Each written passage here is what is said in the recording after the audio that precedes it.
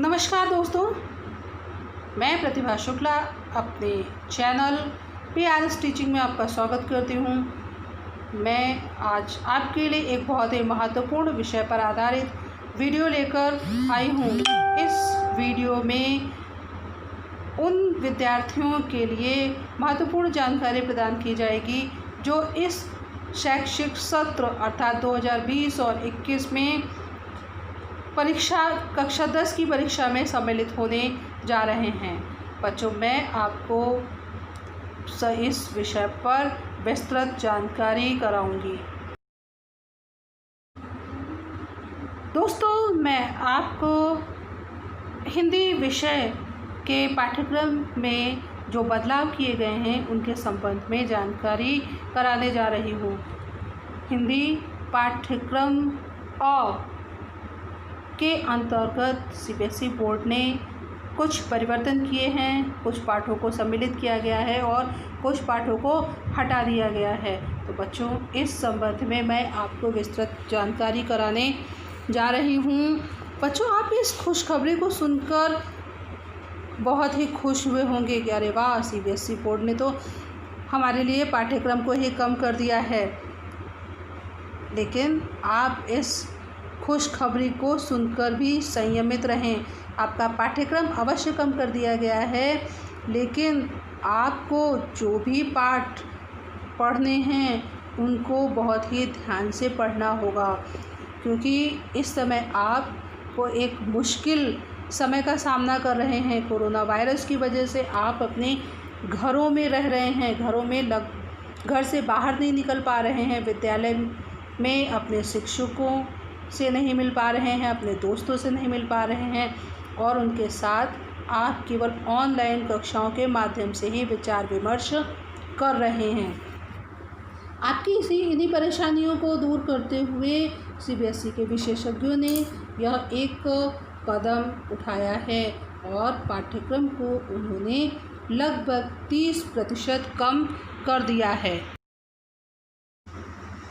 तो दोस्तों, सबसे पहले आइए हम क्षितिज भाग 2 में पाठ्यक्रम के अंतर्गत क्या क्या परिवर्तन लाए गए हैं उनके संबंध में चर्चा कर लें। और तो मैं आपसे ये कहना चाहूँगी कि आप इसके लिए अपनी पाठ्य पुस्तक को अपने सामने रख लीजिए, अपनी एक पेन या पेंसिल को भी अपने साथ रख लें, जिससे मैं आपको जैसे जैसे दिशा निर्देश दूं आप उनका पालन कर सकें। जिन पाठों को पाठ्यक्रम से हटाया गया है उन पाठों के आगे आप क्रॉस का निशान लगा देंगे और जिन पाठों को पाठ्यक्रम में सम्मिलित किया गया है आप उन पाठों के सामने टिक मार्क लगा देंगे, अर्थात सही का निशान लगा देंगे। तो आइए दोस्तों, अपनी पाठ्य पुस्तक को खोलिए और काव्यखंड देखिए। काव्यखंड में सबसे पहले मैं आपको बताना चाहूँगी कि किन पाठों को पाठ्यक्रम से हटा दिया गया है।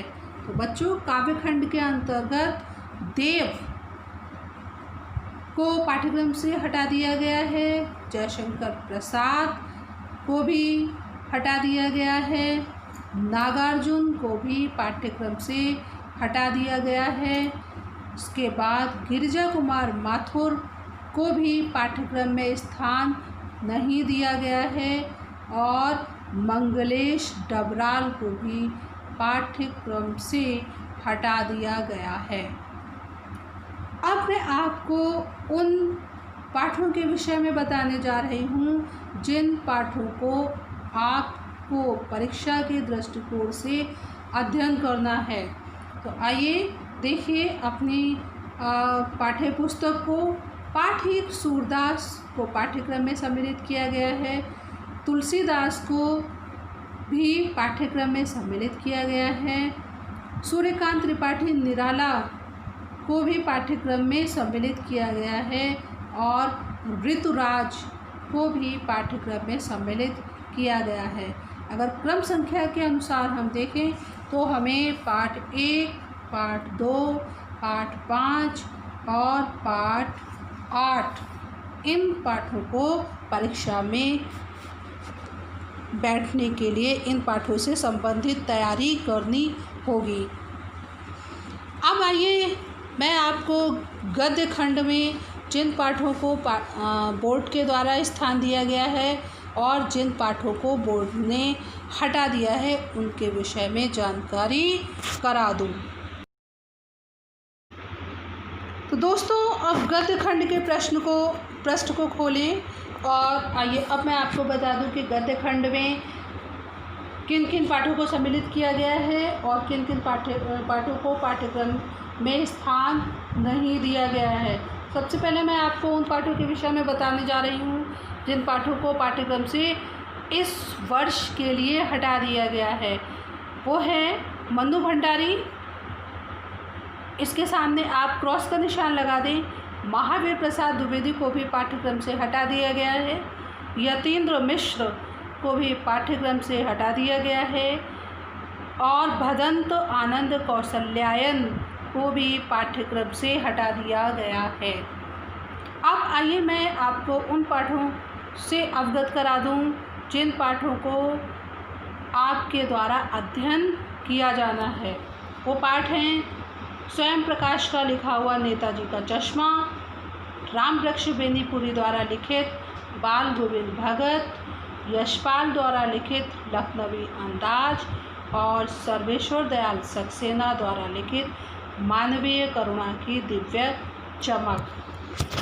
तो बच्चों ये तो पद्य खंड और गद्य खंड में जिन जिन परिवर्तनों को सीबीएसई बोर्ड ने निर्धारित किया है उनके विषय में मैंने आपको जानकारी कराई। अब मैं आपको आगे जो आपकी पूरक पुस्तक है उसमें जिन परिवर्तनों को बोर्ड के द्वारा किया गया है उनके विषय में जानकारी कराने जा रही हूँ। दोस्तों अब अपने सामने आप कृतिका भाग 1 को अपने सम्मुख खोल कर रख लें और उसमें आपको किन किन पाठों का अध्ययन करना है मैं आपको इसके विषय में जानकारी करा दूँ। कृतिका भाग 2 को आप अपने सामने खोल कर रख लीजिए।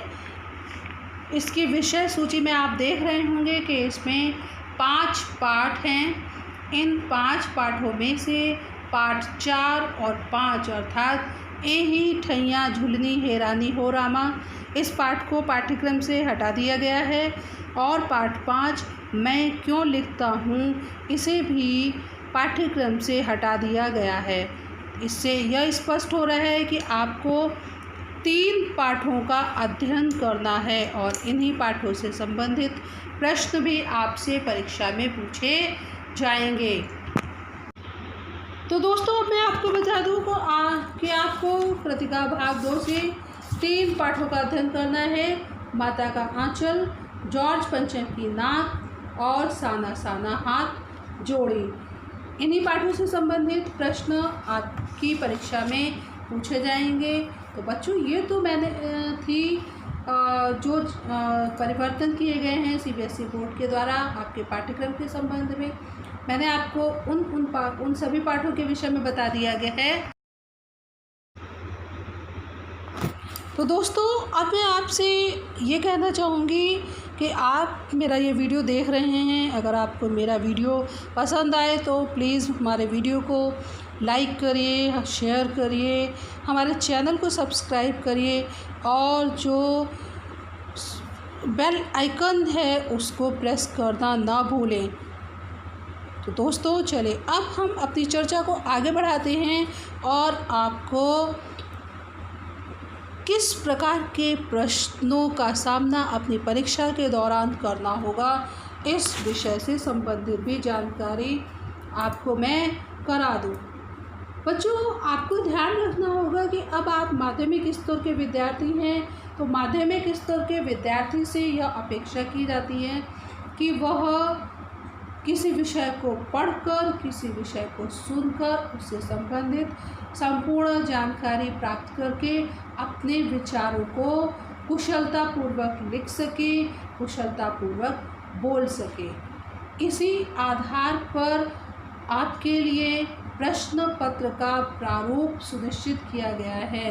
इस प्रश्न पत्र के प्रारूप में आपको पूरी तरह से जानकारी उपलब्ध हो जाएगी कि आप किस तरह अपनी आगामी परीक्षा के लिए तैयारी करें। तो आइए मैं आपको उन तथ्यों के विषय में जानकारी करा दूं जिन पर आधारित आपके प्रश्न होंगे और आप उनको अच्छी तरह से ध्यान में रखते हुए जब परीक्षा की तैयारी करेंगे तो आपको परीक्षा में अधिक से अधिक अंक प्राप्त होंगे। बच्चों, प्रश्न पत्र में सबसे पहला प्रश्न अपठित गद्यांश और काव्यांश का होगा। इस अंश के लिए 10 अंक निर्धारित किए गए हैं। 5-5 अंकों के 1 गद्यांश होगा और 1 पद्यांश होगा। इससे संबंधित प्रश्न सामान्य होंगे। उन प्रश्नों को पढ़कर आपको गद्यांश या पद्यांश के आधार पर ही उत्तर देने होंगे।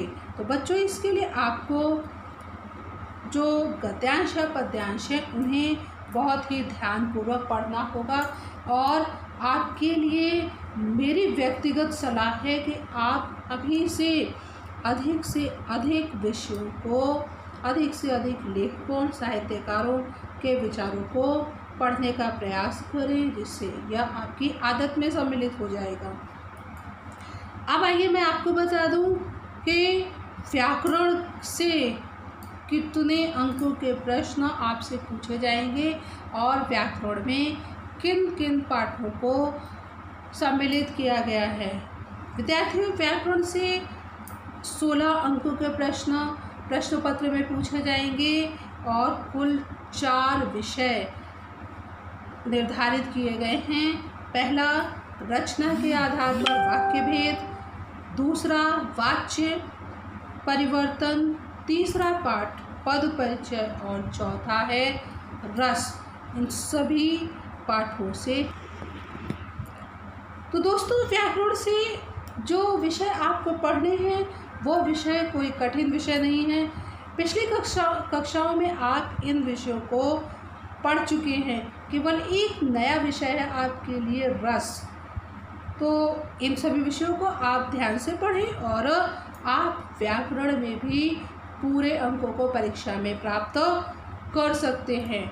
इसके बाद बच्चों, अब आपको जो आपकी पाठ्य पुस्तक क्षितिज है उससे कितने अंकों के प्रश्न आपसे पूछे जाएंगे, क्योंकि इस पाठ्य पुस्तक में 2 खंड हैं, एक गद्य खंड और दूसरा पद्य खंड।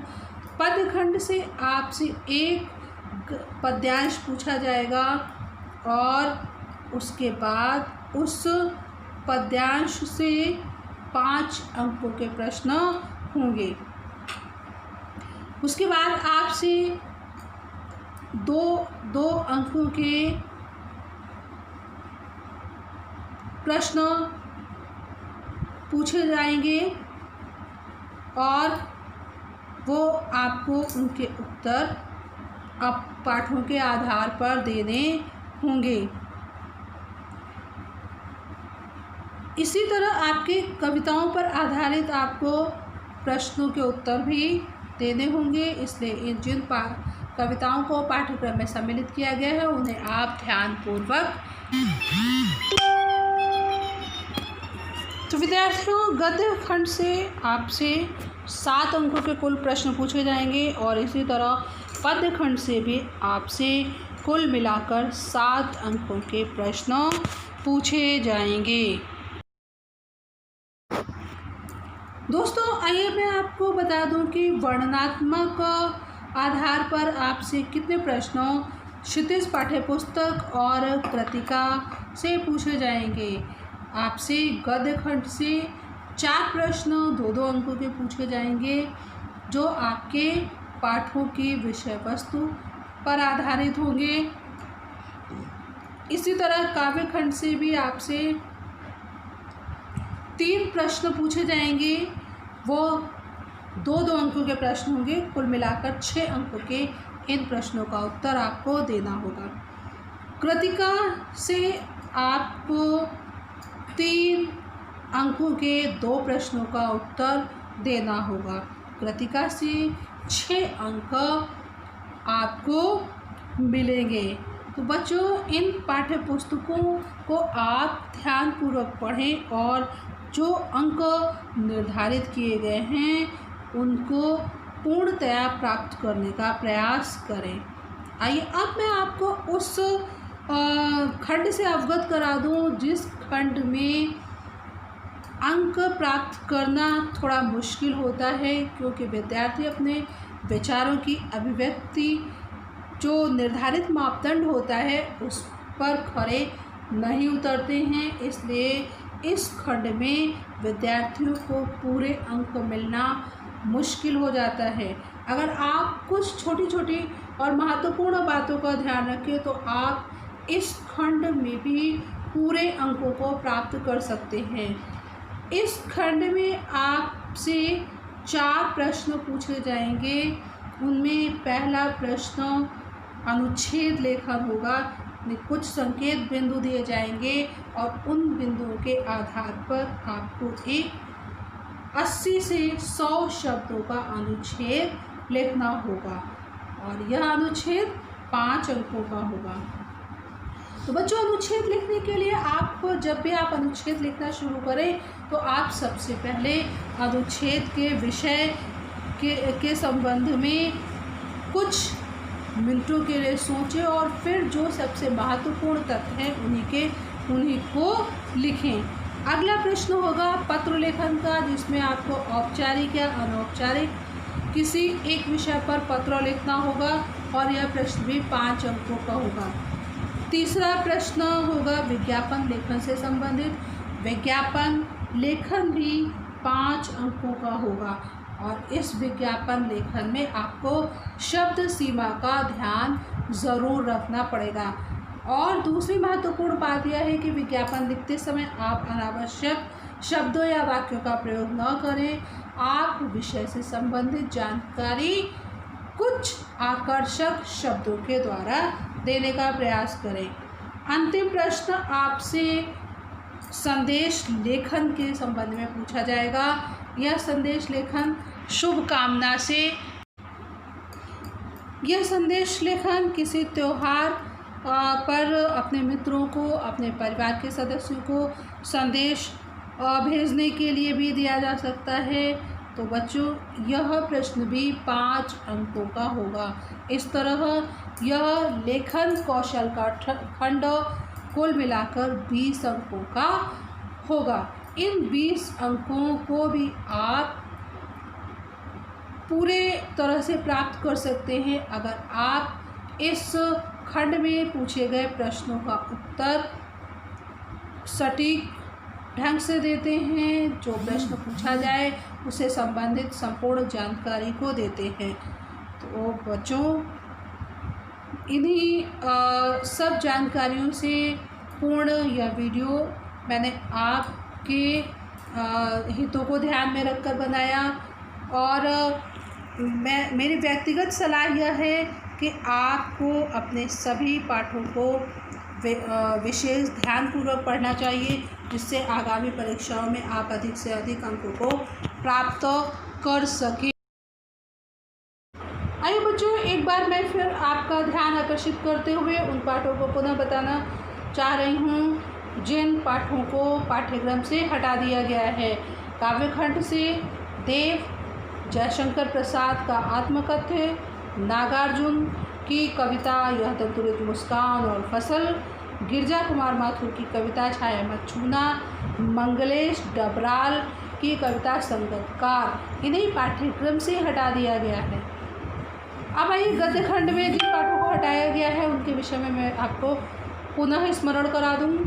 उनमें मन्नू भंडारी के द्वारा लिखा हुआ एक कहानी यह भी, महावीर प्रसाद द्विवेदी द्वारा लिखा गया स्त्री शिक्षा के विरोधी कुतर्कों का खंडन, यतीन्द्र मिश्र के द्वारा लिखा गया पाठ नौबत खाने में इबादत और भदंत आनंद कौशल्यायन के द्वारा लिखा हुआ पाठ संस्कृति, इसे भी पाठ्यक्रम से हटा दिया गया है। कृतिका भाग 2 से पाठ ए ही ठैया झुलनी हैरानी हो रामा को हटा दिया गया है और मैं क्यों लिखता हूँ इस पाठ को पाठ्यक्रम से हटा दिया गया है। तो दोस्तों, मैंने आपको कक्षा 10 के लिए 2020 और 21 का जो पाठ्यक्रम बोर्ड के द्वारा सुनिश्चित किया गया है उसके विषय में मैंने आपको विस्तृत जानकारी कराई। इस महत्वपूर्ण जानकारी से युक्त यह वीडियो अगर आपको पसंद आया हो तो प्लीज़ आप हमारे वीडियो को लाइक करें, हमारे चैनल को सब्सक्राइब करें और बेल आइकन को प्रेस करना ना भूलें दोस्तों, जिससे हमारे द्वारा अपलोड किए गए वीडियो सबसे पहले आपके पास पहुंच सके और आपको मैं अधिक से अधिक जानकारी करा सकूं। दोस्तों, एक अनुरोध आपसे और है कि आप जिस विशेष विषय के संबंध में जानकारी प्राप्त करना चाहते हैं उसके लिए मुझे आप कमेंट बॉक्स में अपने व्यूज़ शेयर कर दें, तो उससे संबंधित मैं आपको जानकारी से युक्त वीडियो भी बनाकर YouTube पर अपलोड कर सकूं। तो दोस्तों, आज के इस वीडियो में इतनी ही जानकारी। आगे फिर एक नए विषय के साथ जानकारी से भरा हुआ वीडियो मैं आपके लिए शीघ्र ही लेकर आऊँगी। तब तक के लिए दोस्तों नमस्कार, धन्यवाद।